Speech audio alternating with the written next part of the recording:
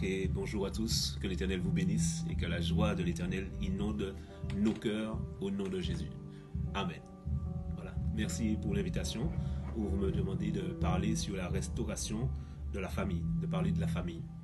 Alors, j'aime ce thème et j'ai dit dans ma prière pour commencer que Dieu mette sa joie dans nos cœurs. Pourquoi? Parce que je me suis aussi trouvé dans le sujet. Parce que je suis aussi un enfant, l'enfant d'un père et l'enfant d'une mère. Maintenant, mon point est ceci. Parler de la famille, j'aimerais d'abord, pour commencer, citer un point dans la parole de Dieu, dans l'Épître aux Éphésiens, au chapitre 6, à partir du verset 10. Il dit, nous lirons le verset 1er, pardon, Éphésiens chapitre 6, verset 1er, « Enfants, obéissez à vos parents selon le Seigneur, car cela est juste. » Je reprends. « Enfants, obéissez à vos parents selon le Seigneur, car cela est juste. Honore ton père et ta mère. » C'est le premier commandement,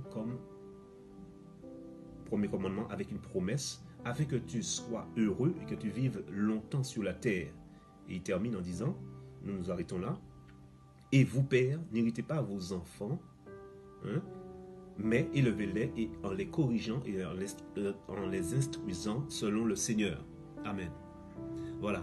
Donc, parler de la famille, pour moi, c'est un thème très important, puisque nous savons que la famille est le pilier de la société. C'est les fondements même de la société. Parler de la famille, il faut savoir que la famille est composée d'un homme, d'une femme et des enfants, s'ils en ont. Mais déjà, une famille peut être composée d'un homme et d'une femme.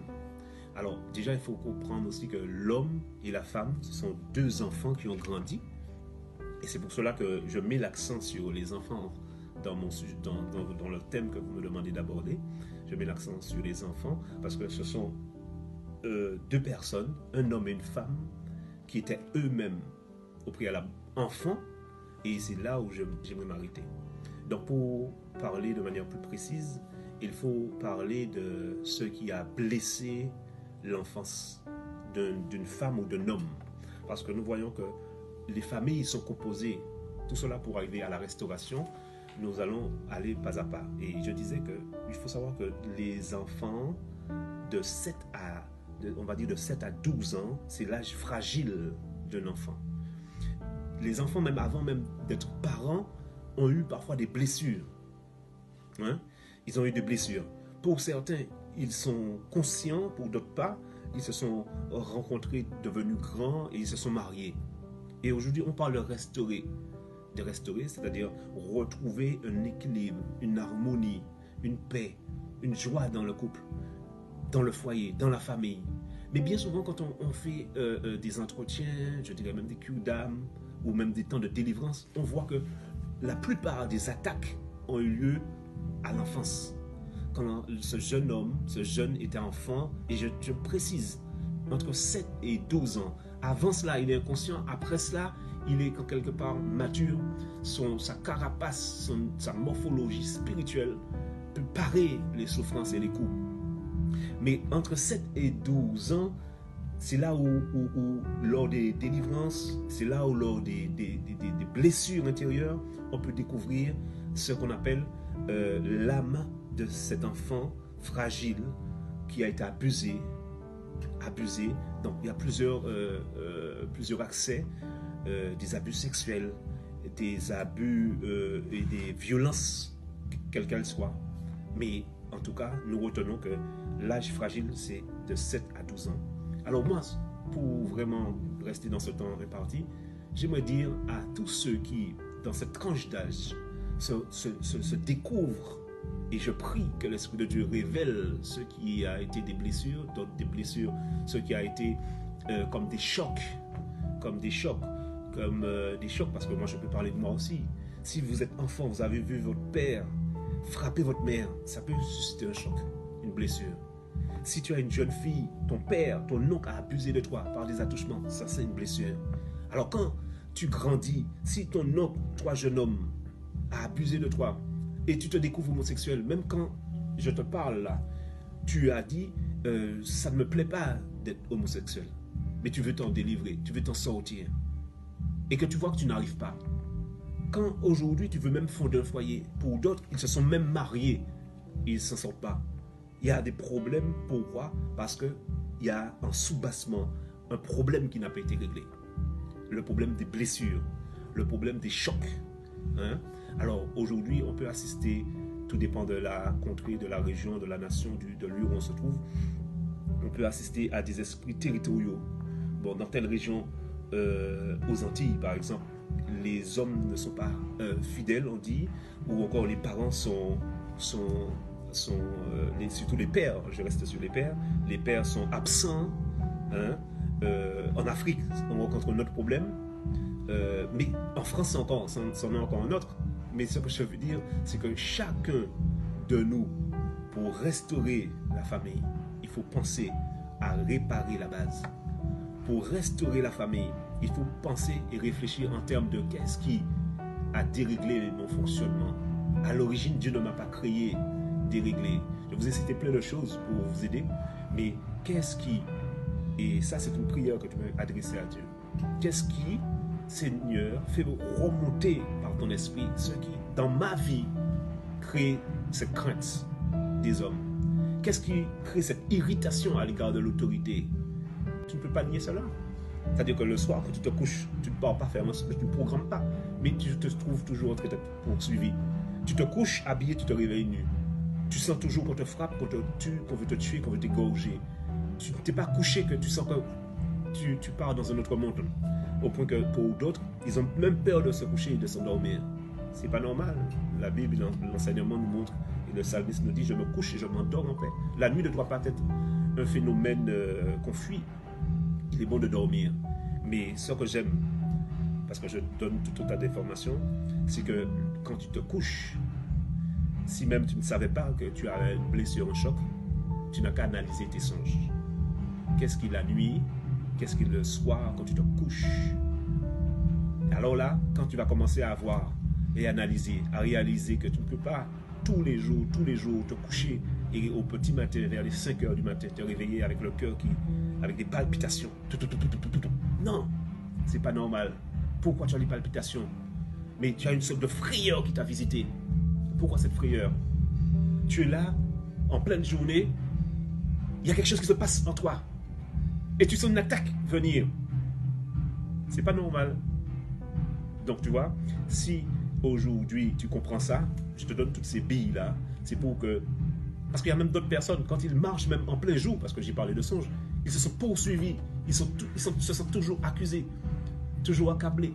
Alors si tu comprends ça, tu vas commencer à vouloir te réparer. Alors il y a plusieurs méthodes, il y a plusieurs manières. Première manière, va chercher Dieu. Tu ne peux pas te marier, si même tu l'aimes, si même il est beau, si même il te plaît, si même tu lui plais. Si tu pars te marier comme ça, il y aura de grosses séquelles que tu vas emmener dans le couple. Et la famille va être bancale. Deux personnes, mais deux personnes guéries. Deux personnes qui forment déjà un couple, puis une famille, mais deux personnes restaurées. La restauration de l'âme, la guérison intérieure, c'est important. C'est important. Voilà ma pierre à l'édifice par rapport à la restauration de la famille. La restauration de la famille passe par la restauration de l'enfant que tu as été quand tu avais, on va dire, dans cette tranche d'âge nommée. Maintenant, c'est à toi de faire ce comeback en arrière. Maintenant, pour le faire, il faut demander à l'esprit de t'aider. Et juste pour terminer, quand tu as prié Dieu, tu demandes à Dieu de faire remonter. Et tu vas te souvenir la violence qu'a usé ton père à ton égard. Tu vas comprendre pourquoi tu es comme cela avec les hommes, toujours de manière agressive. Tu veux te montrer homme aussi. Tu parles d'une manière, surtout quand tu es avec un homme, tu veux lui montrer que tu es à sa hauteur. Tu sais que la Bible ne dit pas que l'homme est plus fort que la femme. Il ne l'a pas dit, Dieu, ni la Bible, que l'homme est plus fort. D'ailleurs, certaines personnes prennent ce passage et disent, homme, mari, considérez votre femme comme un sexe plus faible, mais ils ont oublié le comme. Ça veut dire que l'homme n'est pas plus fort, ou la femme n'est pas plus faible. Il a dit considérer. C'est une considération pour mieux apprécier, pour mieux la protéger, l'aimer.